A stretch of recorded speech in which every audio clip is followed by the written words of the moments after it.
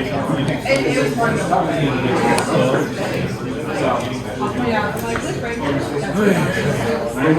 right. Hey everybody, we're going to get started now. Thank you all for coming and for braving the rain and to get here. I know it was pretty crazy, pouring rain today, so thank you everyone who made the journey. Yeah, so I'm glad you guys are all here. Thanks for networking. We're going to go back to kind of our 90-day goals. Does anyone want to share something they've been working on that is their big 90-day goal? I know if you weren't here previously, what we do, and you should do it this time, so I'll ask you to do it this time, is we set a big goal that we want to achieve in 90 days. Mine was buy 50 units in 90 days, and I'm past the 90 days, but I've missed out on, I've wrote offers on a 16 unit, 9 unit, 8 unit. We're working on a 6 unit deal, so I think, I'm not good at math, but somewhere, I'm in the 40 range. And we're looking at a couple deals that are like 59 units and stuff like that. So I'm working very hard at it, but it doesn't happen overnight, obviously. So does anyone want to share something that they've done recently that's a big win or a 90-day goal thing? Let's hear it. I'll speak. We just completed a remodel for our kitchen, and we used Chat GPT to do the remodel. No way. Cool. Yeah, Awesome. It worked really well, and we sent the Chat GPT conversation to my dad, who's a contractor, and he goes, "Oh, I'm doing this exact remodel at a property up north." So it was really kind of exciting to hear, and it worked really well. It told us exactly what to get at Home Depot: the paint, the corks, what goes well with it, the cabinetry hardware. Wow. Totally killed it, and we just finished it on Tuesday. Congrats. Yeah, you should share, or since you have my contact, share it, and I'll put it in our Facebook group. Yeah. And like, if you guys are interested in that, just to see what it looks like. Yeah, I saved the I've messed around on ChatGPT, and I don't know how to do that. So Yeah, that was a good one. I probably would ask the wrong questions. Any other wins? Real estate wins? Any investment? And we like to share because like literally we support each other. We also hold each other accountable, and we can learn from each other, and that's why we're all here. So let's hear it. What's up? So I have a few buy and holds, and I got an off-market flip that was going to flip, and then we decided at the very last minute to keep it because, we could make a certain amount of money on a flip, but you almost make that amount of money every year renting out cash flowing on it. It's like, why sell it to another investor for them just to keep getting the cash flow every month and every year? We just get a one-time profit. Woo! Nice. Buy and hold. I love it. Lindsay, you have one. Share the pasta one.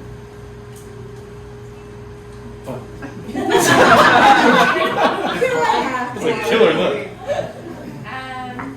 So Ben and I have a triplex in Paso that we bought about 2 years ago, and we renovated 2 of the units, and we had 1 more unit to renovate, and we had just been putting our money towards other projects, so that property just has kind of been put on the back burner.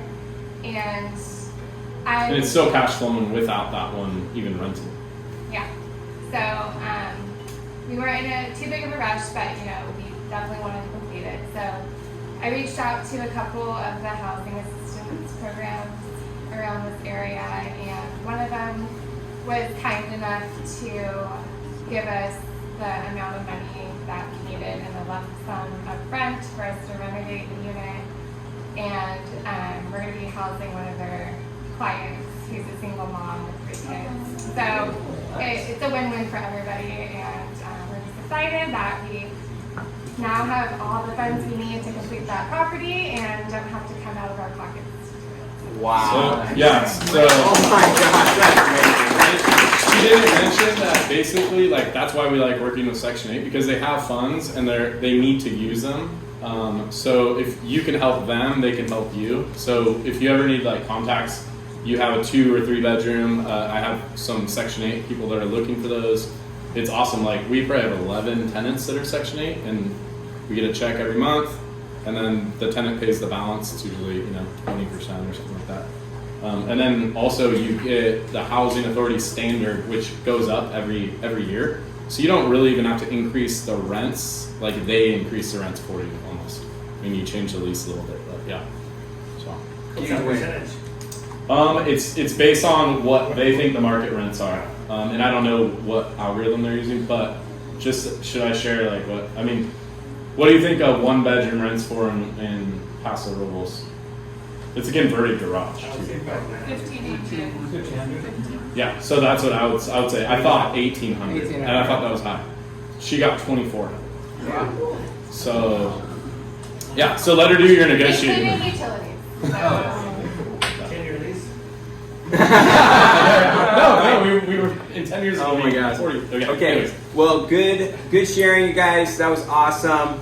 And I'm good. yeah. Okay. So we're gonna roll into our presenter tonight, and to set it up to the stage, I just want to share a story about the importance of estate planning and how it can totally change your family tree. And I think about my grandparents. Both of my grandparents were immigrants to California. My Omi and Opa came over after World War II from Germany. My grandma and grandpa came over to California during the Dust Bowl, and they were really just starting out, trying to live the American dream, working hard in California, saving, being frugal, and investing in real estate. And in Proverbs, it says that a wise man leaves an inheritance to his children's children.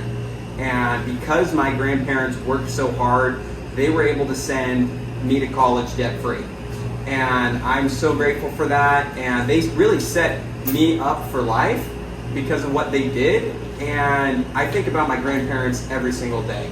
So the real question is, what kind of legacy do you want to leave to your children and to your grandchildren and the loved ones that you care about in your life? Like, what do you want to leave them? Not only monetarily, but what values do you want to leave them? Work ethic, character, integrity, doing the right thing. These are things that we all need to think about, and we don't. We put off to tomorrow what should be done today. And when it comes to estate planning, there is really no time like the present to get it done, because we're not guaranteed tomorrow. Every day is a blessing. And so it's really important you get your estate plan set up. And so Matt O'Leary is an incredible estate planning attorney locally, and he's a good friend of ours, and he helped my wife Camille and I set up our estate plan once we started to buy some real estate. You really got to get your assets into a trust. And reason being is, if you don't have a trust set up, your properties, when you pass, have to go through the probate process. Oh, and leave me something to Oh say. my God. I'll let Matt take it over, but everyone please welcome Matt O'Leary. We're going to save questions for the end because I'm sure he wants to kind of flow through it. It's, Yeah, thanks for that, Ben. And thanks so much for coming. Thanks to Owen and Ben for hosting me. My name's Matthew O'Leary. I am an estate planning attorney here in San Luis Obispo County. I kind of want to stop talking because Owen just gave it amazing. I'm going to try to give a little bit more information, though, than just the call to action, which Owen just did a perfect job of. I have an office in Atascadero. I am so embarrassed, but we moved last month, and that's not the right address. But we're right around the corner from that address. We have an office in Atascadero. We have an office in San Luis Obispo over in the Walter Complex. I am no longer a young lawyer, but when I was a young lawyer, I was very odd because I had started as a lawyer at 25 or whatever, going right into estate planning. So this is the only type of law I've ever done. If you ask me about your divorce or your car accident, I will have no information for you. I don't know anything about it. But this is an area of law that I really love. So I'm excited to talk to you about it. And what good lawyer presentation doesn't start with a disclaimer? So I'm going to try to give you the best information I can. I'm going to be as accurate as I can. I'm going to talk about everything that I say. It's probably going to be primarily focused to San Luis Obispo and broader the state of California. There's some things that will come up that are in other jurisdictions, and I'll probably have a general idea of what the answer is, but it may not be correct. So let me see if I can figure out how to make that sound. So what I'm going to tell you now is also not making me your lawyer and you my client. Please don't go down to Judge Coates in Department 9 and tell her, hey, Matt told me it was this. She's going to get very upset with me later. So I'm not your lawyer, but I am going to try to give you the best information I can. I know Owen and Camille for probably even longer than he remembers. I think they were like little kids dating. I don't know Ben, but I know of Ben, so I know that they put together a sophisticated group, and you guys are going to probably have really good, sophisticated questions. So bear with me if there's a time where you ask something that's very fact-dependent, very sophisticated, and I'll probably say something like, it depends, or maybe we need to talk about that later. That's just so that I don't, shout out an answer that ends up not being exactly 100% correct. So, with that being said, I have a little overview about estate planning, and then I have some, I think, more focused issues to talk about that may involve, real estate investment, real estate holdings, etc. So I'm going to start out with kind of more of an overview of estate planning. And so the question is, do you have an estate? And I hear clients who come in, or maybe not clients, but folks that I meet somewhere, and I say I'm an estate planning attorney, and there's always this line of something like, oh yeah, well once I get an estate, then I'll come talk to you. And I always kind of laugh about that, because your estate is literally anything and everything you own. It's all of your affairs. It's even a big part of estate planning is involving personal decisions. Things like, who can get my mail? Who can pay my credit card bill? What if I'm, stranded? It was really relevant during COVID when somebody, one of those cruise ships was stuck in the Bay Area at port for like 35 days. And very presumably those people had affairs that needed to be taken care of at home. They had water bills, they had pets to check out from pet care. They had all these different issues, and those are all the things that go into your estate. So it's not just, do I have my paid off investment property yet? Now I feel like I have an estate, or how big is my brokerage account? It really is all of your affairs. That doesn't mean that everybody needs the same type of estate plan. Doesn't mean that everybody needs as robust of an estate plan. But there are certain estate planning measures that every single person in this room could do tonight, should do tonight. I'll mention what they are as we go. So, the next question is, do you have an estate plan? And the answer is, you do. It's just that, is it your plan, or is it the plan that the all-knowing state of California has subjected upon you? Mm-hmm. And so, if you don't write things down, if you don't make certain designations, if you don't have certain documents, the laws of California, and most of them are very well intentioned, are going to apply to your situation, irrespective of what you want, irrespective of what's best for you. So one of these rules that I run into and that frustrates me the most, and may actually think about it in context with real estate holdings, is when someone's incapacitated, their assets are inaccessible. They're even inaccessible for a spouse, unless it's a joint ownership and there's somebody else, on the account, so to speak. So the default rule is, if the house is titled in your name and you've been married for 50 years, but you transferred it during that refinance and you never got it back into her name as well, and you hit your head, she doesn't have the right to sell that house. She doesn't have the right to talk to the assessor about the property taxes. She doesn't have the right to kick the tenant out. You're stuck with assets that are inaccessible, and you then have to go through what is called a conservatorship proceeding in California. In other states, they call it a guardianship or whatever. But the point of it is, you need to then go through a very laborious and expensive court process, which I do a lot of, to get access to these assets and say, okay, court, appoint me. I'm going to do this job. And I've had to do that between spouses. I've had to do that with parents to child. I've had to do that for children with their parents. And it usually unfortunately, a lot of times it happens just because they didn't do really, really basic planning that I'll mention in a bit later.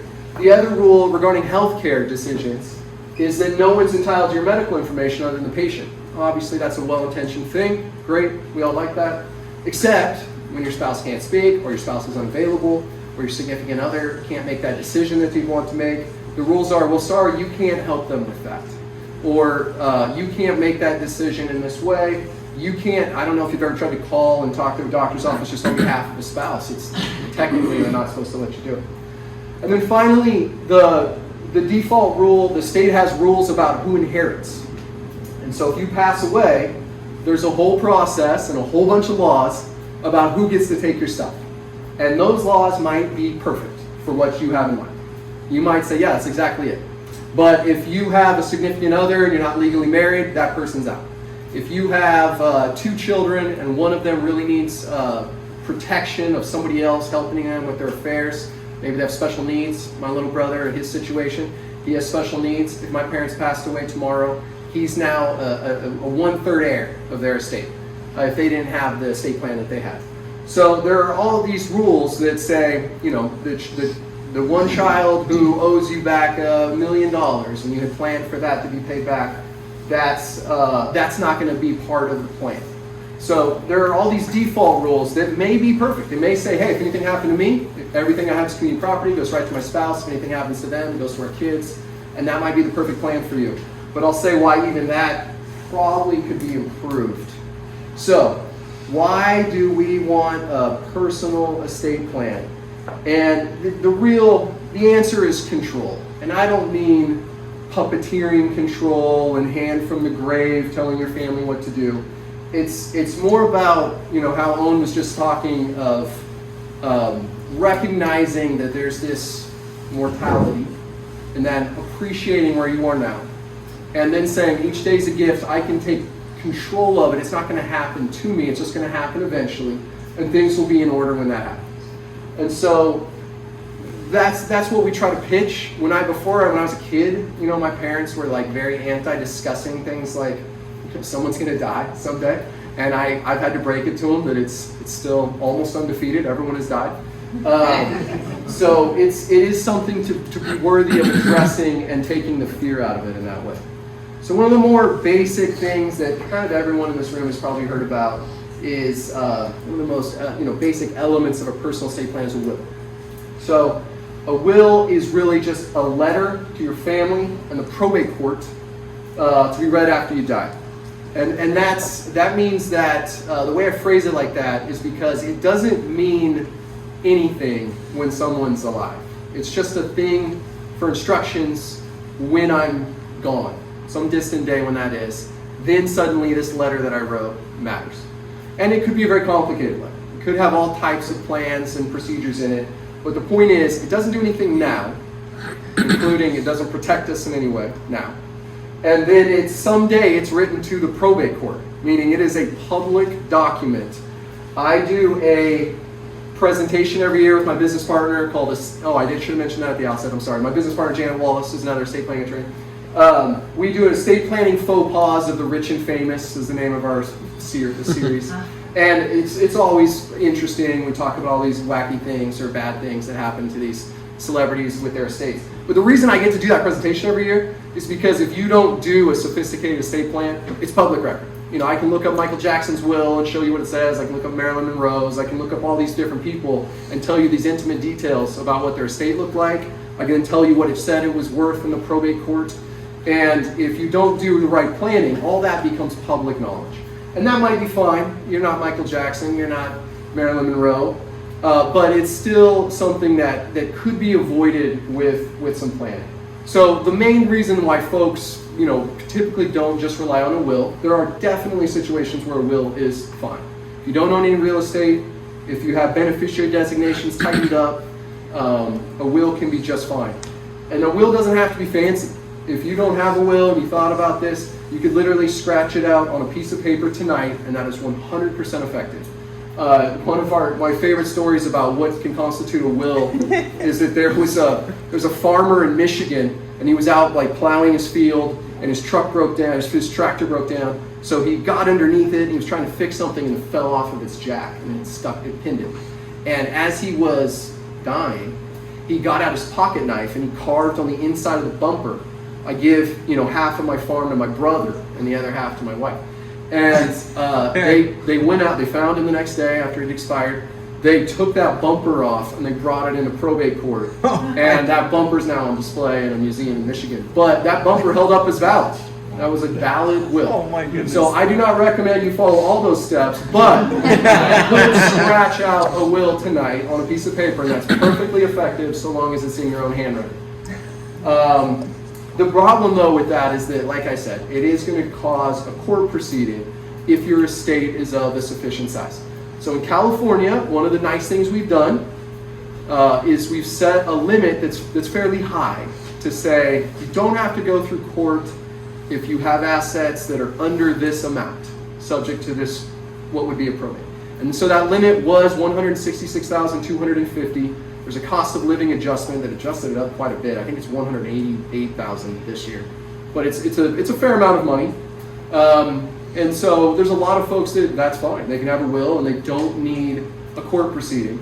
I do warn folks that, if 188 is a lot, but if the life insurance pays to your estate on accident or the retirement account doesn't have a beneficiary, all of a sudden you can bump past that limit pretty quickly, and now all of a sudden you're tied up in a court proceeding. And so that court proceeding that I think Owen was talking about earlier is a probate proceeding. And it probates the system where the county government, set forth by the state, but each county handles their own. They oversee the payment of your creditors and then the distribution of your estate when it's all said and done. So there's some benefits to that. There's some oversight, like I said. There's the fact it's a court proceeding will require at least a certain amount of veracity in the information that gets presented. There's steps that have to be followed. There's notices that have to go out. I can't tell you how many times I've spoke to a potential client who says something like, my mom, my grandmother, somebody passed away, and I know I was in the estate plan and no one's ever showed me what it said. So that's one of the things that a probate avoids. The distribution supervised, so that they make sure that the money actually does get paid out, goes out in the right way.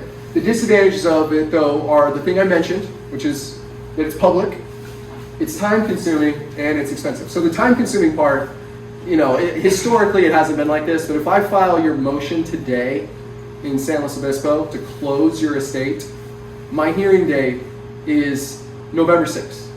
So even if you did everything right and you hustled and you got it all done and you file it today, I don't get to close your matter until November 6th.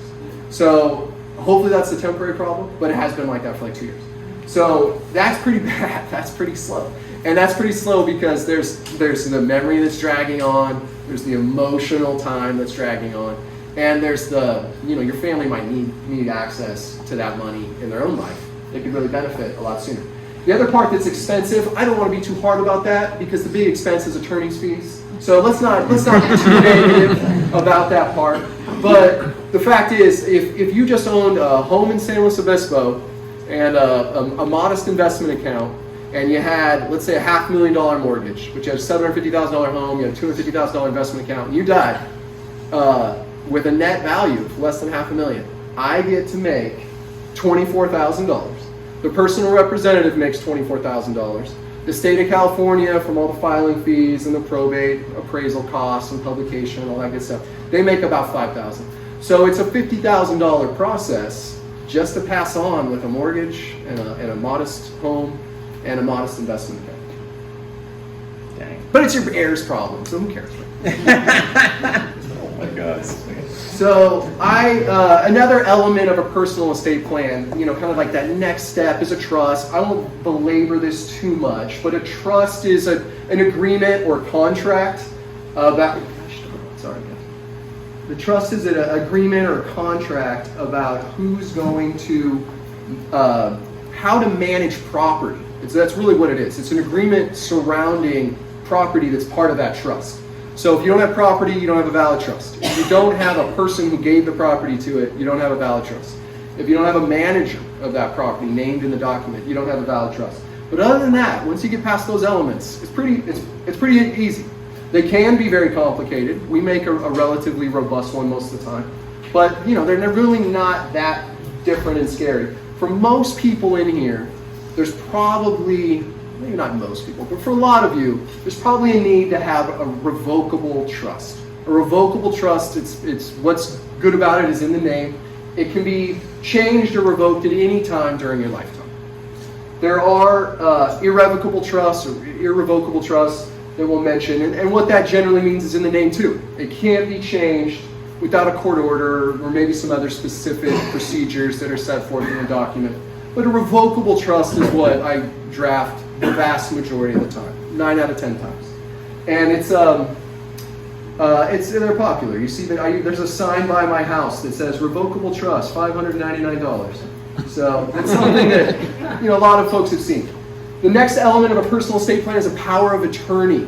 Now, power of attorney means, just in that name, even though it doesn't in there, that means somebody to manage financial affairs. Somebody to step into your shoes as an agent, power, and take care of the affairs of the principal just regarding finances. And this is one of the documents that if you don't have, you can go do it tonight. The state of California has published a statutory form power of attorney. It's in the probate code. Because it's in the probate code, it's widely available online. But if you Google that tonight, you can download it, have it notarized so that you'll have the power to deal with real estate. And that will hopefully, right there, if you just do that, you will not be stuck in that conservatorship situation. Your family won't be stuck in that conservatorship situation that I mentioned earlier. So there are different types of powers of attorney. There's springing versus durable. Springing means it's not effective now. Durable means it lasts through incapacity. And then there's limited and general. A general power of attorney is what I draft most of the time. It's what I have. It says that my wife can do whatever type of financial affairs that I've said that she can do, and then I've said she can do a whole bunch of stuff. and she says, hers says the same, and I joke all the time when she says she's buying something with a credit card. I say, I'm calling this power of attorney, we're going to cancel that card. She doesn't think it's funny, but but there are limited powers of attorney. My very sweet neighbor goes to India every year for 3 months, and every year she signs a new limited power of attorney for me to be able to do real estate transactions for her, because she's worried that if there's a pipe burst in her house or if a repair guy has to come, I can now jump in and help out in some way. Haven't had to use it yet, but that is I've seen a limited power of attorney used in real estate transactions or in real estate management situations where someone's unavailable at that certain close and the group needs to close and everyone's signatures need to be in by the 5th. A limited power of attorney is an example of a document where you can designate someone to do just this part. No, you can't cancel my credit card, but you can sign this certain transaction form for me and we'll get this job done. And you'll see those sometimes on file in an account. You might have signed one with your accountant, didn't realize it, but there can be a good use for those. All right, so we're down to our last element of kind of your personal estate plan. That's your advanced healthcare directive. I know we're here to talk about real estate, investment, and growth, so I won't belabor this one too much either. But your advanced healthcare directive is saying, yes, you can make decisions for me. Yes, you can call the doctor's office for me. Yes, you can be my advocate if I'm in the bed and I need somebody to yell at doctors. I hope if you have a situation with a doctor, you need somebody who's on your team to shout at that doctor or that hospital to get you the next x-ray that you need. And this is all about naming that advocate for you. And for that, why I describe it like that is because sometimes our person who would really be helpful in a financial situation for us if we needed one is not the same person as the one who would be great at screaming at our nurse if we're not getting the medication on time. But it's still a very important role. So it's a very important document. If you do not have this document, the California Probate Code has one published. You can download it tonight, and that one doesn't even have to be notarized. You can just get 2 people to watch you sign it, and then they sign it afterwards, and it's 100% effective. It's called a statutory form advanced healthcare directive. It's in the probate code section 4000, and you're widely available. You can download the PDF tonight, check the certain boxes that you think are correct for you, and you'll have something effective, which is really important. It also allows the release of information, so you can call that doctor's office and get that medical record that you needed. My aunt, my favorite aunt, was in a car accident. Don't tell Sharon I said that. Okay. My favorite aunt was in a car accident night before last, and I just called her today to check on her this morning, and she's weeping because her primary care doc said, well, we'll squeeze you in with like the new guy, but if we don't get your imaging here by 10:30, we're going to cancel your appointment.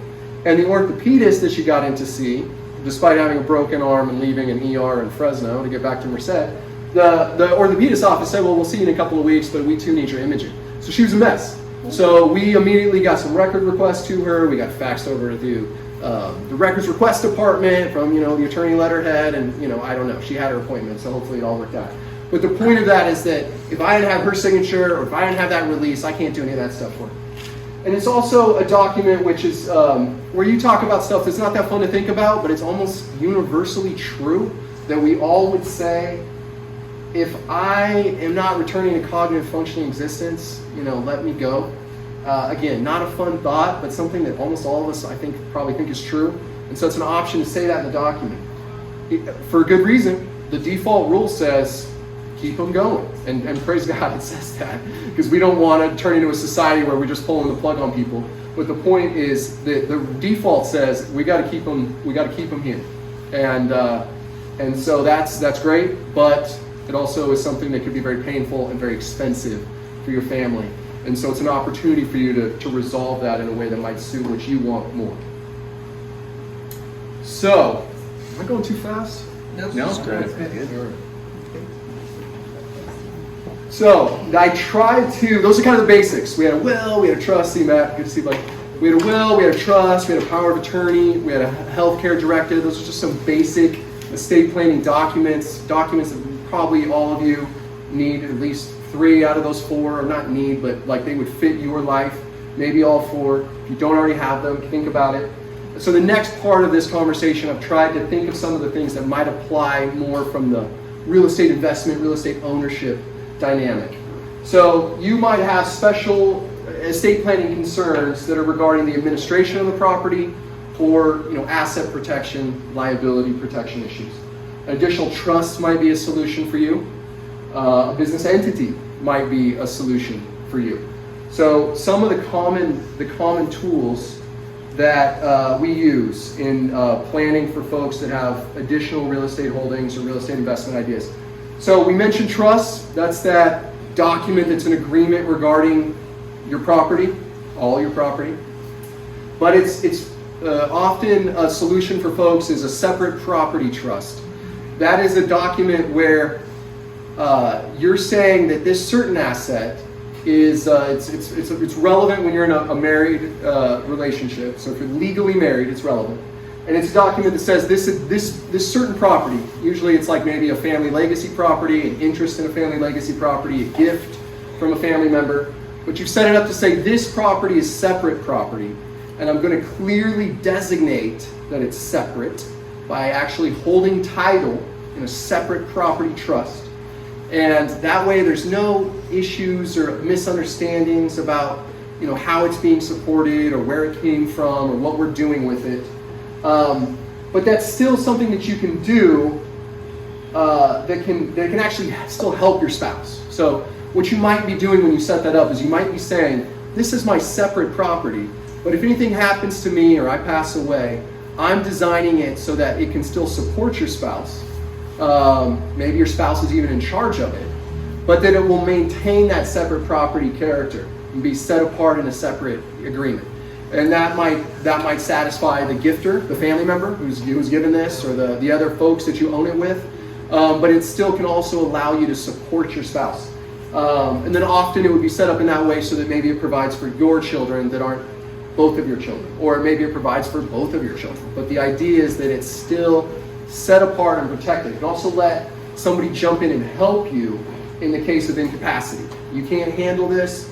It's already set up in a separate property trust. Maybe the trustee of that trust is somebody who's involved in that transaction, so they know that property and the Section 8 contracts really well. And so they're the right person for that, but maybe they're not the trustee in your family situation. It gives you some flexibility. It's a tool that we use regularly when it's typically it's at the prompting of the grandparent, the parent, and it's more of it's a legacy property that they want to preserve through the next generation. Another tool regarding trust that might be relevant for real estate holdings or real estate investors are different irrevocable trusts. The most common one that I've done is kind of colloquially called maybe a gifting trust that has, again, kind of going back to that parent, grandparent, or benefactor who wants to give an interest in this property to the children, to the grandchildren, to whomever, but they want to maintain some control and lock in a certain period of time where the status quo is going to happen. The most recent time that I drafted a trust like this was for a vacation home in Cayucas. Beautiful vacation home, sweeping ocean views, amazing, generational property that none of the people involved, including the owners, could ever buy today, but they had it from 34 years ago. And so what they wanted to do was make sure that this property, that's now worth however much, I can't recall the appraisal, was going to be passed to the next generation, was out of their estate now, but that they didn't want to just say, here you go guys, have at it. They wanted to make sure that there were certain terms and rules that are going to be followed for a certain amount of time. So we created this irrevocable trust, and it would have let the management continue on like it was. It was always like a real fun thing where they all got together and picked out weeks of who's going to get to stay there. But that the ultimate disposition of the property was set. We knew where it was going to go. But in between now and then, we had some provisions that were going to let the owners, the legacy owners, continue to hold it and enjoy it. And then there's some provisions we can do to still have that kind of protection and control, but not get it out of their estate for state tax purposes, but then still have a step up in basis when it's finally inherited later. So that's a kind of a complicated version. Another thing that I do a lot of, just because it's a passion or near and dear to my heart, there's special needs planning. And so frequently we will have special needs trusts that hold on to real estate for the benefit of a special needs person. And an irrevocable trust is often a good vehicle for something like that. All right, so those are some examples of other types of trusts that you might do with estate planning for a real estate investor. There's also some estate planning opportunities with business entities. If you already have an LLC, raise your hand. Yeah, that's what I expected. Sophisticated group, like almost half of it. Yeah, that makes sense. So, LLC is the most common one because it's the easiest one. It's probably the best one. So that's on there. I mentioned the limited partnerships. I'll get to that, and then just a partnership, and I'll mention why I wrote that a bit later.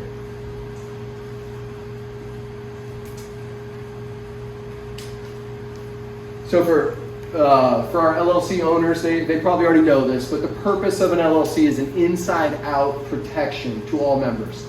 It allows members, or at least the forming members, the original folks that are establishing the company, to set rules regarding management and the transfer of ownership. Inside-out protection means that the member is what the owners of an LLC are, kind of like the shareholders of a corporation. The members are not liable for what happens with the LLC asset. So I usually describe it as like a shield blocking the asset from this side, coming back at you.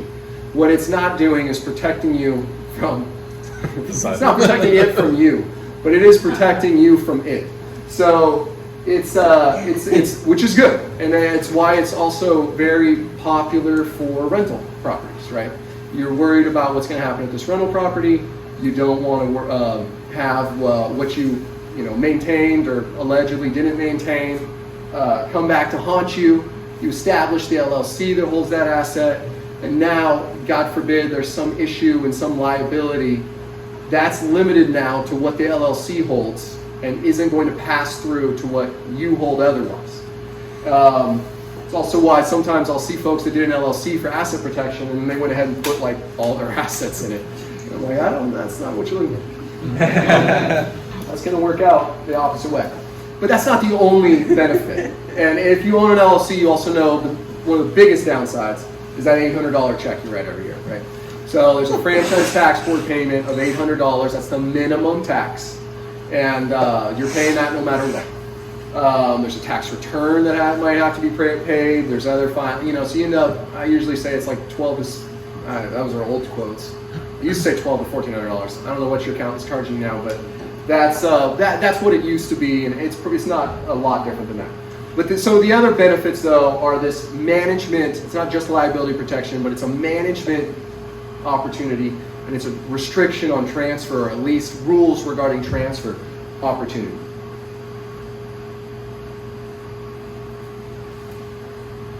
So the limited partnership used to be a lot more popular than they are now, but you still see them. Like an LLC, it also gives that inside-out protection to limited partners. If you're involved in a limited partnership and you feel comfortable saying so, raise your hand. Okay, so not as popular as it used to be. But the purpose of a limited partnership is actually to have one of the benefits is to have actually a larger group of involved folks where it's delineated in the very offset that there is a general partner who's calling the shots. And then there are limited partners who are, per that agreement, getting some sort of distribution. But other than that, the limited partners have to, close their mouth. Like there's not much else that they can do. And so LPs are popular in certain types of investments They were also popular and still are used for gifting purposes. You might, instead of using that irrevocable trust I mentioned, perhaps there's a reason you want to trail out the gift annually for years and years. You might create a limited partnership where you're maybe only holding 1% as the general partner, but you're the general partner, so you're 100% in control of what's happening. And you're giving out an interest that is a limited partnership interest each year, and that lets you slowly transfer ownership of something or to a new group, usually heirs, in a way where they're not going to jump in and tell you how to run things because you're the general partner. It also means they're not going to give it to somebody that you didn't want them to give it to. So the last thing that I mentioned was a partnership. And I mentioned it because you may have a partnership in here and not realize it. You probably do, but you might have one and not realize it. Because all a partnership is two or more individuals who own a property that carries on a business for profit. So if you have a rental with your brother, or very common in my line of work, it's daughter, son, and daughter, and the three of them inherited the property, and they're not really sure what's going on yet. But it's rented, and there's a little bit of income. And one of them's now all of a sudden kind of not being as forthright as we'd hoped with the other two. And whoops, this was a partnership and you're breaching fiduciary duties to your partner, and this is a huge no-no. It's no longer just a, hey, you should probably communicate with me situation. So if you do own a property with somebody else and you don't have an entity already that holds it, you might have a partnership, in which case you also need to talk to your partner about ensuring that you're abiding by the necessary obligations that partners have to each other. A common document that I do for folks that usually it's just because they're $800, folks they go, I don't want that entity. So we will from time to time then do a tenant in common agreement, which is essentially a kind of a partnership. It's a set of rules that multiple owners of a piece of real estate are agreeing to. And they're saying that we're going to, when there needs a new roof, here's the procedure. When the rent piles up in the account and now we want to take a draw, here's the procedure. So it's a way to kind of get some of that management of affairs benefits of an entity without having to pay the state of California, potentially without, talk to your accountant, but potentially without having to file a tax return as a partner. And so it's a solution for folks when they don't want that entity. All right, so those are some ideas or common tools that real estate investors use. Some common real estate issues that I spotted. There's many more, I'm sure, but some ones that jump out to me just because it seems like what I deal with clients on a regular basis. It's the management of a jointly owned property. It's the transfer of a partial interest. I own a third of this. I want to leave it to my kids. I want to leave it to my spouse. I want to donate it, or I want to sell it. It's the death of an owner. What happens when one of us passes away? It's the incapacity of an owner, or it's the insolvency of an owner, right? So starting kind of with the idea of the transfer of ownership. The next slides are going to be hard to read, and and not just hard to read, but boring. They're lawyer words. But the point of them is just some sample language that for some of these solutions. But really, I put it in here to just kind of talk about each of these issues. So, for example, the transfer of ownership. A common provision that we'll include is something like the manager of the LLC may admit a new member, provided all the members consent to the admission, and that we then adjust the ownership tables accordingly. That no person may be admitted as a new member unless such person executes an instrument satisfying us that they're going to abide by the terms of this agreement. These are rules that we've done. So again, Jimmy doesn't leave it to his girlfriend Jane, or sells it at the bar. And then we're all saying, well, I guess now we're partners with Joe. We didn't know him, but I guess we're partners there. So that is a very beneficial element of having an entity like an LLC with a good operating agreement. because you can refrain someone from being able to do that. They can sell it to Joe, but Joe doesn't actually have legal title and he can't do anything with it. So it's a method to restrict the thing that we don't want. So then, for a sale, on this flip side of that I get almost as often, is someone says, I'm stuck with Jimmy. This guy won't sell the property. It's appreciated. We all had a handshake deal that we're going to sell after 5 years if it went up X percent. It's gone up X percent plus. My wife and I now need a new house. We just had our 4th kid. How come I can't get out of this property? And that's a tough situation to be in as well. So for that reason, again, I'm not going to read that, but the point is there are provisions that we can add. That's one of the real benefits to having an entity, or even a revocable trust, but usually an entity, that will allow for some sort of buyout procedure that will hopefully serve everyone's interest. There's a company in town that you've all frequented probably at some point that was a partnership, and they had kind of a famous provision that was kind of a standoff provision, like an old Western standoff. And it had a buyout provision that said, if you make a buyout offer to me, I get to turn around and buy this for whatever your offer was. And so this kept this partnership alive for years and years and years, because neither guy wanted to pay what the other guy was going to ask, but neither guy wanted to sell for less than what he wanted to ask. So it was this funny situation where they're like, don't say $1, I'm going to buy you out for $1, because then that guy's going to buy you for $1. And don't say 10 million, because the guy says, okay, great, I'll take it. So you were in this funny back and forth standoff provision. That's a rough one, because then you're stuck together potentially for a long time like they were. But this is more of a go get a real offer, give notice from all the members, submit it. The members then have an opportunity to review. The members then can say, no, thank you. We're going to list it on the open market, or okay, we'll do it within a structured amount of time. That time period, because you're in control, can be as long or as short as you think is practicable. So these are solutions that avoid those future uncertainties, and the reasons we like having an entity in these situations.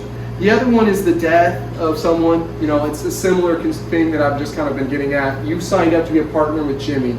Jimmy passes away. Jane might be the most wonderful person, but that's not who you signed up to be a partner with. Maybe you're a partner with Jimmy because he's a great, great roofing contractor, and you know that that's what you guys need there at that set of units. And Jane's not. So it's a frequent planning tool to say, maybe there's an economic interest that I now have to give to Jane, but Jane's not going to make decisions with me on how I manage this property. There's other solutions that are way more punitive. I've seen agreements where it's like, okay, they buy it out for like par value and it's very, very low and your family's out of luck. Maybe that's a good solution in some situations. I haven't come into that situation where it was a great solution, other than for the other person who owned it. But typically, there's some element here where you can still do right by that person's family, but you have some restrictions and refrains from just letting it become this Wild West where now all of a sudden a bunch of us own it. He had 11 kids, I have 11 new partners. Those are the hypotheticals that probably all the investors in here would want to avoid. Yeah. Another solution is a tough one, but that's that insolvency issue. Jimmy, as the roofing contractor business, has done very poorly. He's out of money. His gambling debts are coming up to haunt him. He's this is another tool. This is another opportunity to avoid that problem before it's ever even thought of to be a problem. So we have certain language regarding, and lots of attorneys do, but we have certain language regarding when there's an obligation that's coming, which is another very important part of the management of real estate, is, hey, when it's time to infuse cash for this capital expenditure that we need to do, how are we going to do it? We got to do a capital call, and that means you all got to put in your money by this time. If Jimmy can't do it because the business has been soft and he's insolvent, it's a really good idea. Sure, we can blow it up, we can eject Jimmy and not have him be a partner anymore and buy him out and all those dramatic things. But we could also say, fine, I'm going to pay your share, you're committed to paying the interest, and I get your draws until we're paid back. And that's a good solution that can maybe help someone weather a temporary situation. So, I don't know. That's all I wrote down. So, but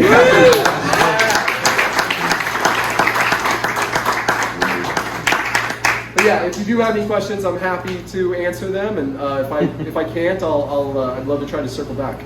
Okay, so you mentioned irrevocable trusts as being separate from your personal property, and so what is the current inheritance cap? Oh, I didn't mention that. It's a great question. What's you can gift up to a certain amount without paying inheritance tax. What is that? Yeah, so you can receive either by gift or by inheritance 13 million. It's not the amount that I get; it's the amount that estate had. So, but the limit for someone to give or to give by inheritance is just a shade under $13 million. So death, have you heard the term death taxes or estate taxes? Yeah. It's a very common term and a widely discussed term.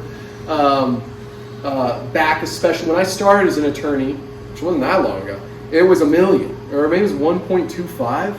All through the 90s, it was like 480, and it ranged up to, I think, 625,000 was the estate tax limit.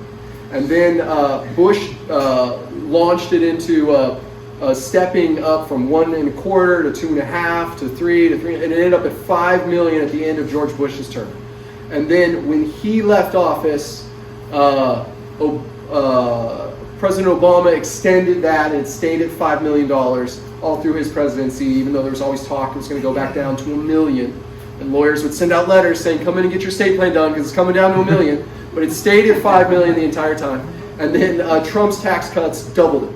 So it went to $10 million. And then the cost of living adjustment is how we've got up to 13 today. That sunsets in 2026. So we don't know what will happen then. I will quickly point out that estate tax, ever since it was instituted in the 1960s, at I think it was 60,000, has only gone up. It's never gone down. It's only gone up. But we are kind of in the first time where it probably will go down. So who knows? Who knows? I don't know what. It's a very politically unpopular tax, right? You already paid taxes on that money. You probably pay taxes on that money several times over by the time it goes now to your family. So it's not a politically popular tax, but at the same time, it's also easy to say, hey, it's those super, super rich people that aren't paying the taxes. So it's a way, in a cash-strapped government to generate some more revenue. So maybe that's what those 87,000 IRS agents will do. Yeah. So go after, they'll lower the limit, go after all these so states. $12 million. It's $13 million per person. Per parent. Per giver. Yeah. Per giver. So okay. in a married couple estate, So you're probably not million. paying estate tax if you have an estate under 26 million with proper planning. And if you're over that, hypothetically speaking, how do you mitigate it? Because if you put it into the inheritance, the irrevocable trust, Yeah. is that a separate entity that has its own $12 million gifting capability as well? Good question. No, it's not. What it is you have an option to do it during your life or do it when you die. But either way, the IRS has a ledger going, but with your name on it. It says he's given this much, she's given this much, and then once you cross that limit, it's a 40 to 45% tax on each dollar after that. And so why folks would do an inter vivos, a gift during their lifetime into an irrevocable trust like that, is to actually get it out of their name, because it's that property in Cayucas, and we project that it's only going to keep going up. And so you get it out of your estate now.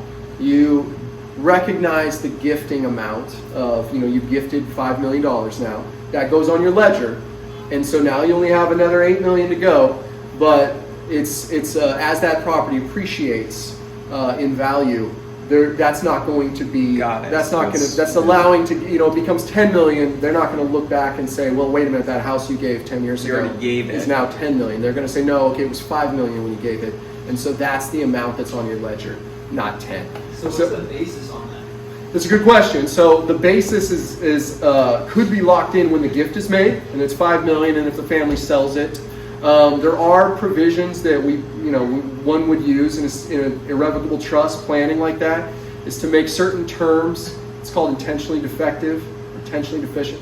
But you make some defective terms that could be used to not make it a full gift, and then you get a step up in basis when the person dies. That being said, if you're in a estate tax situation, you will not use those because you would rather have the $5 million and not pay the 40% sometimes. So it depends, but there are provisions that you would use to make it intentionally defective so that you get a step up in basis. Inheriting real estate's the best.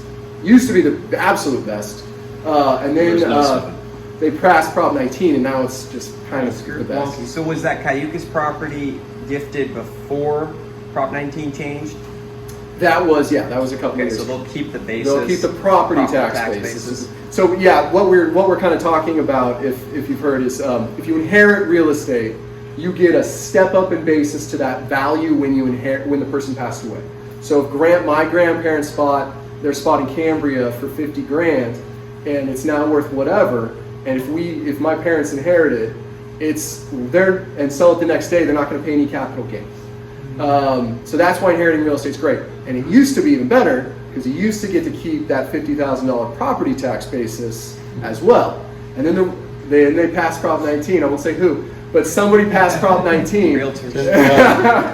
And now you can only do that on your personal residence. So grandma's house in Ripon can still pass to her kids, and they can keep the ludicrously low property tax basis. But the Cambria house and the house on Foothill, that's all getting reassessed up to present value for property taxes. It's different than the capital gain. You still can sell that and not pay any capital gain.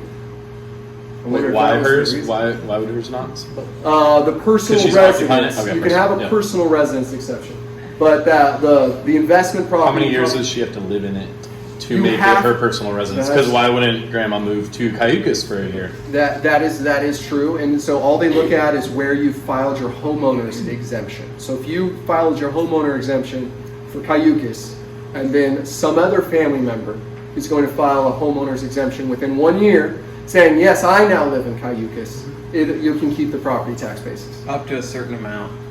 Yes, yeah. 1.5 million. Yeah. Yes, sir. Is there any entities that if your kids inherit, they don't get a step-up basis for cap gains? The capital gain step up is set at that. It's no. So the answer is no. Sorry, I won't get too complicated. The answer, no. Anything you inherit will step up in basis. What folks don't hear me though say, well, don't hear what I didn't say. If it's a retirement account that you're a beneficiary of, that's not a basis issue. That's a income tax deferment on that IRA, that 401k, whatever. And so that is. You don't get a basis change in that. You pay the income tax on that as you take it out. That's the rule on retirement accounts. So retirement account planning might be very important to have as part of your trust. Is this thing just rolling? Yeah, it is. It's good. Retirement accounts might be worth funding to your trust, or they might be something that would fund just to beneficiaries. But the tax is deferred on those, and so the IRS will get their tax on that eventually. When you take the money out. Yes, ma'am. Unless it's a Roth IRA, that's a different thing. The tax has already been paid. It's post-tax dollars. Yeah. So the revocable trusts and irrevocable trusts, are they the same as common law trusts, or are those different? I'm not familiar with the term common law trust, but revocable. You hear the term inter vivos trust, meaning or you hear the term living trust, or when it's two people, often it's called a family trust. And those things all mean revocable. If they're irrevocable, it needs to have that in the name, or it needs to have another name designating that. So that part's a good question. There's no common law marriage in California. Some folks think about we've been together for 20 years, we've shared every bill, we live together, but California specifically doesn't have common law marriage. So if you think that's just how it'll go, because it's always been that way, it's not going to happen if something happens to one of you. Good question. Yes, ma'am. I have two kids. They're both married now. And if something happens to me, I love my in-laws, but I don't want them to have any access to their inheritance. And I don't know what the laws are. Is an inheritance something that goes solely to my child? Or will their spouse have access? Oh, I get what they're married, and you're saying I love my in-law children, but I don't want them to be heirs. That's a great question. Keep it in the bloodline. If you didn't write down anything, and when we were walking out together, a meteor fell on the two of us and we're dead, that would pass to your children only, and then your children can do with it as they wish, which probably means leave it to their spouse. So, but if now my children have a large bank account, right, because of my inheritance to them, and then they get divorced, Yeah. do their spouses have any claim to that? Yeah, so I kind of lied a little bit when I was like, I don't know anything about your divorce.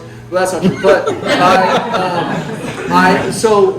a separate property trust is something that we do because it helps clarify that separate property is separate upon divorce.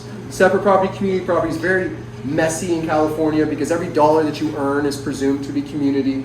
And you can sign agreements about whether it won't be, and whether you can sign them even before you're married, but those documents are often overturned. So what happens, commonly actually, is folks say, I want to leave this inheritance in the Cayucas beach house to my son, but if anything happens with his relationship or he passes on, I love my in-law daughter, but I don't want it to pass to her. And so that gives you a planning opportunity to have the Cayucas property maybe held in trust for his lifetime. He's the trustee of it, and he gets to do with it as he sees fit, but it's not going to spin out, be part of his estate, and then pass to his wife, even if she's amazing. It can go back to her estate. It can go back to, it could go back to your grandchildren, or it could go back to your next of kin, or it can go to the conservation, society, whatever Is it that is. something I would have to tell the kids I was doing? Oh, good. I love that question. Surprise! No, we don't tell anybody what we're doing. If Owen hadn't said anything about that, I would never, on my grave, would never have said I did his estate plan. So, no, we don't, that's one of the benefits and why I kind of mocked I can see Michael Jackson's will. What we're planning, when we plan like that, it's totally confidential. When you pass away, your children are entitled to see certain things that you wrote. And that's the general rule for a good reason. We don't want folks to just, not have to even show your kids what was said. We want them to have the opportunity to contest that if the nurse made you change it all at the 11th hour. But in general, it's all confidential. You could write it today. You never have to tell anybody about it. I always tell my clients, if you're naming somebody who's going to be your trustee someday, you should talk to them about that. If you're naming somebody to be a guardian of your children, if anything happens to you, please talk to them about that. But I tell clients all the time, do not give them these documents. Just tell them you did it and where to find it in the case of an emergency. But don't give it to them. And that's because it's really awkward if you change your mind. And then next Christmas, you're like, hey, by the way, throw away your old copy. And that one doesn't apply anymore. That's just a weird conversation. But lots of folks make 4 copies and hand it out to their 4 kids, and that's fine too. It's up to everyone gets to do it the way The they good want. thing too is when they read it, you'll be dead, so they can't yell at you. But I have a question in regards to if someone's interested in setting up a trust with you or any of these documents, what does the timeline take to do a trust, and what is the cost generally? Obviously, it probably varies, but a general. Yeah, that's a good question. It does vary. A normal process of a complete estate plan, so when I said the elements and we laid out those 4 documents, if you said I'm coming in from scratch and I want to do it right, we would do a complete estate plan, and you'd have those 4 documents, and then you'd have an ancillary set of 5, 6, 7, 8, 9, 10 documents that kind of help coordinate those 4. And we charge a flat fee for that. For couples with minor kids, we charge $27.50. And we charge that whether you have a net worth of $100,000 or $10 million. That's what we charge. If you're a single person doing it, we charge $17.50, and that's the flat fee. If it's an update or a partial plan, we keep track of our time, and we charge by the hour. It's $365 an hour. An outrage in almost every industry other than legal services, in which it's fairly reasonable. Good. And then you have 3 appointments on a new estate plan. That was the other part of that question. That's usually 8 to 12 weeks, just because of normal pace. If someone an existing client has an urgent need, we will adjust and get it done immediately. If it's a new matter, that can be really tough to get done on a really. I'm leaving for Africa in 2 weeks. How do I going to get this done in time? That's tough. But if someone needs to get it done in a month, yeah, we can. That's the kind of thing we can facilitate. I think there's a question back there, and then I'll go right back to you. Yes, ma'am. If we had our trust of someone else and we want you guys to manage it, can we do that? Well, we don't. We rarely serve as trustee when you say manage it. So I guess if we want to change to it, update it, or Oh yeah. Anybody can update my documents, and I can update anybody's.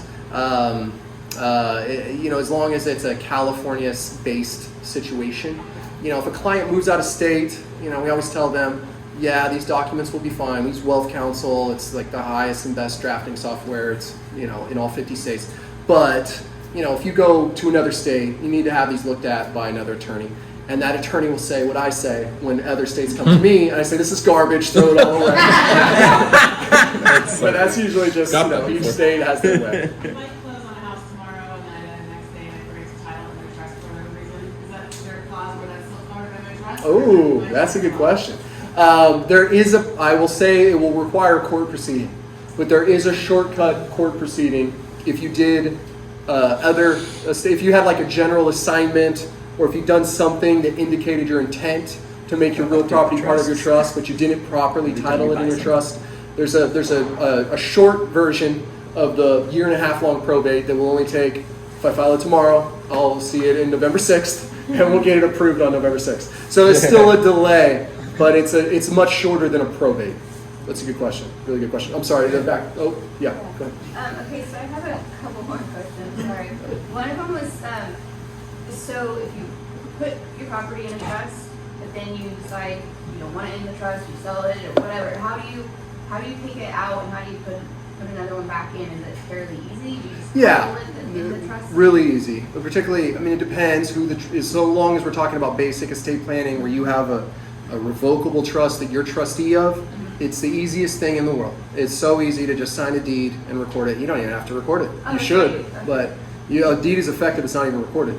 So it's quite easy. It's much easier than transferring your mobile home. And I have a theory why, but it is so hard to transfer a mobile home, and it is so easy to transfer a house. Sorry, sir. Did you have a question? Yeah. So in California, does the title need to be held in the name of the trustee as trustee? Yes. Okay, in the event that there's somewhere in the chain of title and that happened where the trustee holds title, what do you do there? Where it just says Jane Smith, it doesn't say Jane Smith, trustee of the Smith Trust. It'll say the Smith Trust. Yeah, you see that sometimes when someone did it at home or they had a document processor. And so it may require, it depends. It may require a quiet title, like a court proceeding to just clear that up, which is, it's not fun, that's bad, it's expensive and slow, but at least you have good title so that later if you're trying to sell or refi or something, you've got that figured out. It may require a petition to either change that. I've had it happen a couple of times where the trust is gone. No one knows. Mom did it at a conference in the 90s and no one's seen it since. And we have no idea what it says. And Mom's dead. And so we have no clue. And so there's a court process to go modify it to say, here's who the trustee is, here's who it should go to, here's the evidence about why. And presuming you put that together in the correct way, the court will grant that usually. So that's a good question. Yes, sir. What's the max you can have in a single trust, and then what type of assets can you have inside of a trust other than real estate? Well, there's no limit. There's that estate tax issue. So once you get above that $13 million threshold, you may still hold it in a trust, but you might have different provisions in that trust to try to help mitigate some of the estate tax. But there's no limit. If you owned, the Chase Center in San Francisco, you could title it in your trust.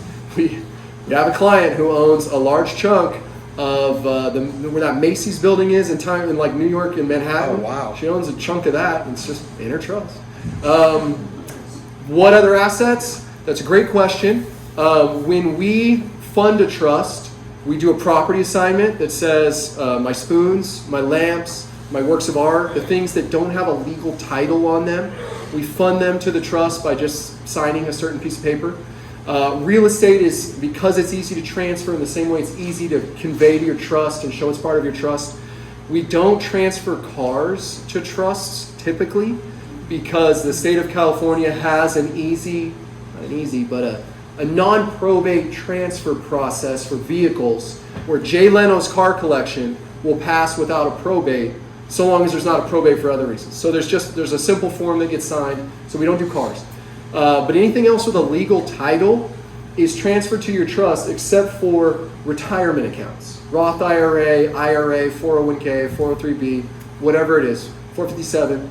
Those are all in the name, whatever it is, anything that's a tax qualified or tax advantage type retirement account, those don't get funded to a trust because they have to stay in the name of the worker, is what the code says. So they stay in the individual's name, and then they're dealt with via beneficiary designation. But everything else typically is transferred to a trust. So like all of the businesses, LLCs. Oh, yeah. Specifically, Yeah, the only thing is, LLC membership interest is, typically assigned even easier than real estate, so long as you have, you make sure you have manager permission. It's a good question. And then, sorry, can you can a trust be like a living entity and then have employees of it? Like they designate a manager to manage real estate assets in that trust, right? And that gets paid a salary or whatever to manage that. And then there's also another employee that also does the businesses that are in that trust. Can it work kind of that way?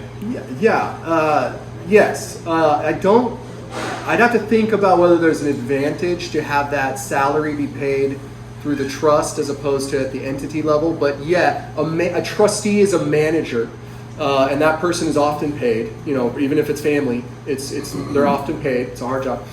And then a trust that we do, not all, but certainly the trust we do, allows for the appointment of a special trustee, which might be, if you have an auto body shop, you have a special trustee appointed for that because that's hard to sell, or that's hard to manage. Or if, a lot of times we have a lot of winery clients. There might be a trustee that's appointed specifically for the sale of the wine label versus the sale of the underlying ground or whatever it might be. So there's this option to appoint like a more limited manager who's just going to hone in on that one area and not do the other parts. And that person would get paid.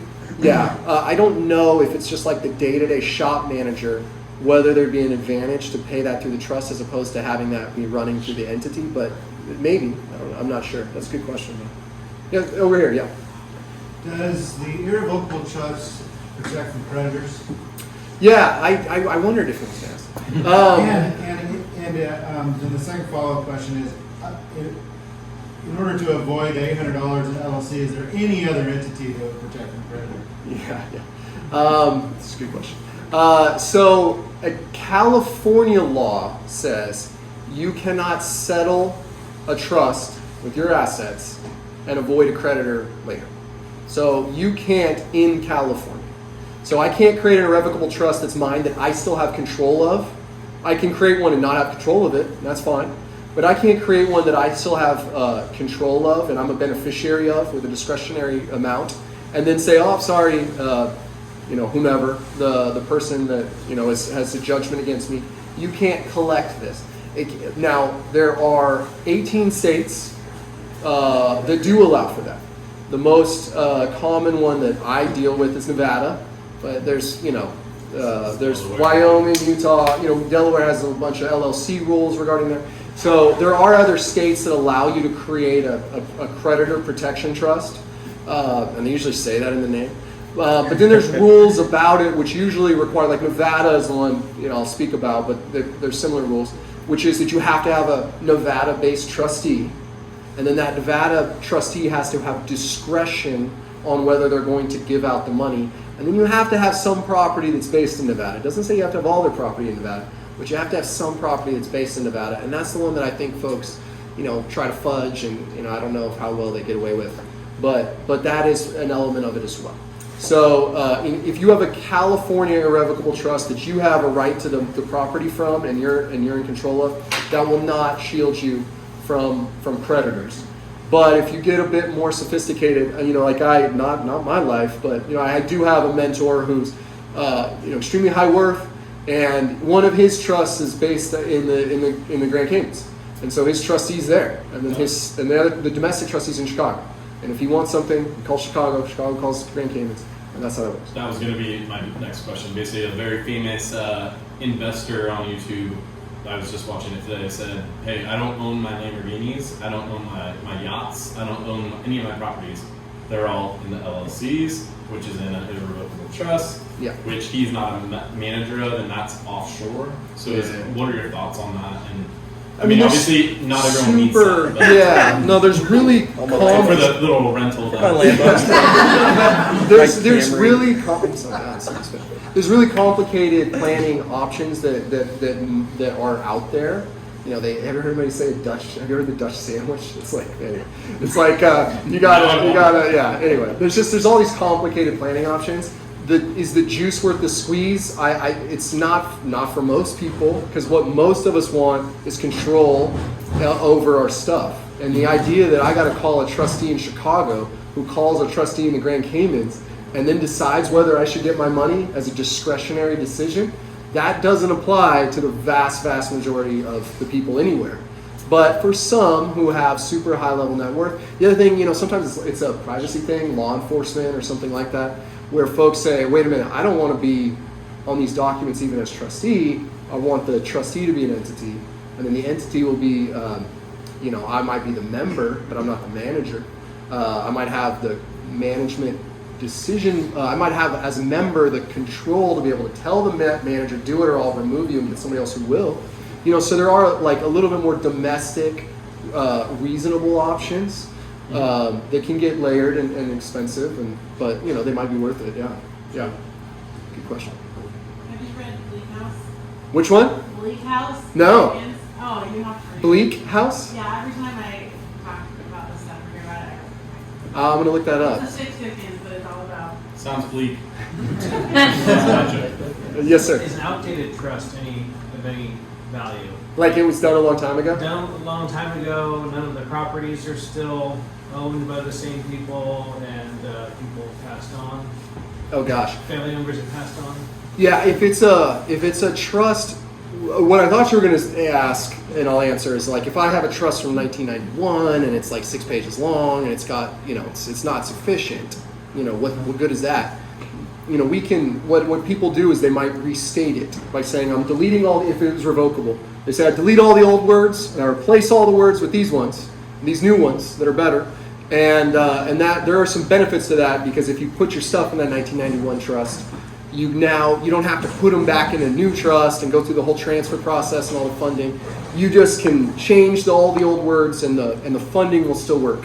So that is of use. If it's an old trust, everyone's dead. Not everyone's dead. Like some of the family members that would have benefited from it have passed on, and everything that was funded in there has been sold, and new properties that aren't even listed in there. Well, are the people who created it dead? No. So the people who create a trust are called the grantors or the settlors or the trustors. All these terms mean the same thing. It's the people who set it up. And so if those people are alive, they might want to restate it. Assets, like it's an important point for just kind of being someone who has a trust, is that if your assets have changed, like you were talking about transferring real estate, to your trust, when you sell that property, you buy a new one, you need to make sure it's titled in your trust. And there's this, often the trust will have like a schedule of assets in the back, and no one's looked at it for 20 years, and it's not accurate at all. That schedule of assets doesn't make it so. Like you write that in the back, it doesn't mean, okay, this is what I had. But it is a helpful thing where if you keep that up to date, not only is it good instruction for a trustee, a manager who's going to take care of it, but it's also a helpful tool where if you, God forbid, something happened, you didn't put it in trust and you died, someone could do that shortcut court proceeding I was mentioning and get it into the trust. So if the beneficiaries have changed or passed on, I also heard, it's probably time to review and update it. It sounds like it needs a restatement probably. I want to respect his time, so Yeah. we should probably keep other. Oh, Laura. I'm sorry. And then reach out to him. I'd be curious to hear, I think for this group, if you're owning assets, you're probably thinking about how can you protect yourself from any legal action from a client or a tenant. What type of entity, setup, arrangement with LLCs, trusts, et cetera, do you recommend? Yeah, so the LLC provides good protection from what happened with that actual asset. So if I own this hotel and it's titled in my certain LLC, and the top floor falls down to the bottom floor, and I get sued, I know that with some exception, but I know that all they're going to be able to do is collect on this hotel. And they can't get my house, and they're not going to get my, my beach property in Cayucas. They're just going to get the asset where I'm liable. So that is the one of the most common reasons that folks do an LLC. They have their rental, and or there's many clients will do serial LLCs where every time there's a new rental, there's a new entity, and they just chalk up that $800 in the tax return to the game. They say, well, this is something we got to deal with. So what? We're not going to worry about it. It's it's $50 a month. They don't worry about it. But but what it's only protecting is everything else that's not in that LLC. So that asset that's in the LLC is exposed to the liability for what went on there. It's the other assets that are protected. That's the same for the limited partnership I mentioned. If you're a limited partner, you're protected from what happened in the partnership. Corporations provide that similar thing, but it's just usually not relevant for real estate ownership. For trust protection, you're not going to get asset protection from a trust unless it's a very cumbersome trust where you don't have control over it and you're not a direct beneficiary if it's in California. If it's in Nevada or one of these other places, you can be a discretionary beneficiary. You still do need that protection from by having a professional who's in that location with the discretion of whether or not to write you a check. If that makes sense. So, establish a trust, establish individual LLCs. Usually, yeah. That's kind of like the most. That's kind of usually like step 1 and 2 of trying to have a nice, complete, safe estate plan. Is to say, that's a great duplex that I did, but I don't want tenant A suing me because tenant B came over and punched them, and it's my fault for placing tenant B there. Now it's limited to. It's still very valuable. It's your house. It's your duplex, but it's not going to be. Okay, now you can come after my own home as well. People all think their home is, no one can ever get to my home. The creditor exempt, the creditor protection, the homestead amount in California is only $150,000. So you can keep $150,000 of your house, and everything else available to creditor. Can you avoid that by setting up an LLC that manages that property with zero assets invested? That's like the old taxi cab thing, where like each taxi in New York was its own entity, and each one of them was unfunded essentially. So if the taxi ran over your foot, you couldn't sue ABC Taxi Company because all you had was that crappy cab and they had a debt on it or whatever. Like a lot of that's been cracked down on, but there's still like elements of that can work. Like perhaps, I'm saying do this tonight, but perhaps your entity 1 does have a liability to your entity 2.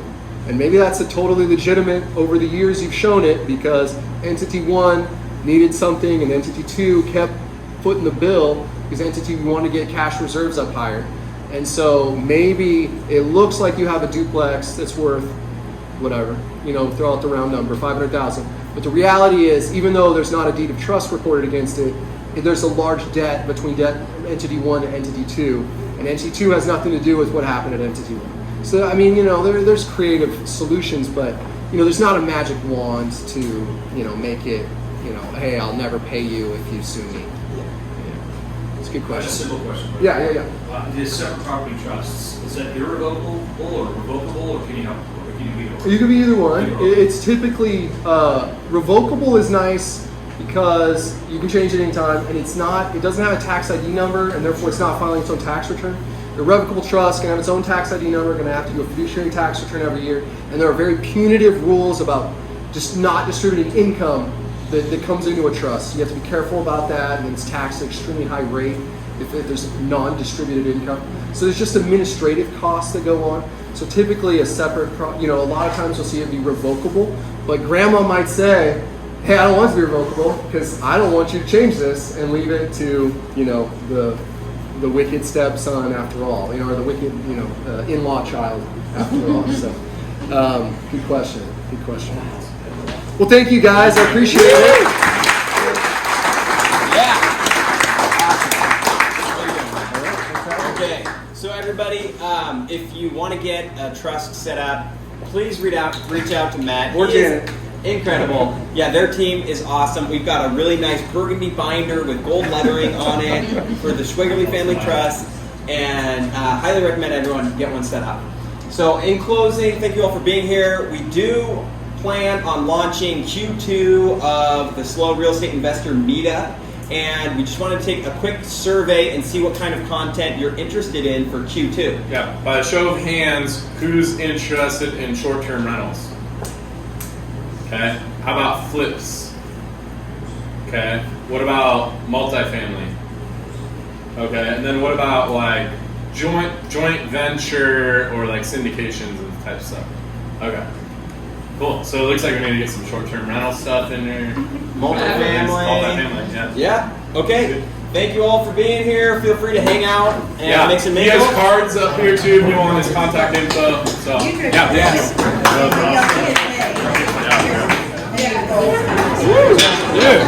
They would have kept you here all night. But you got going. I know, right? I can tell. It's like 4 hours. It's like midnight. That was good. That was really good. Crushed it. You guys have the trust yet? Nope. But now we're gonna.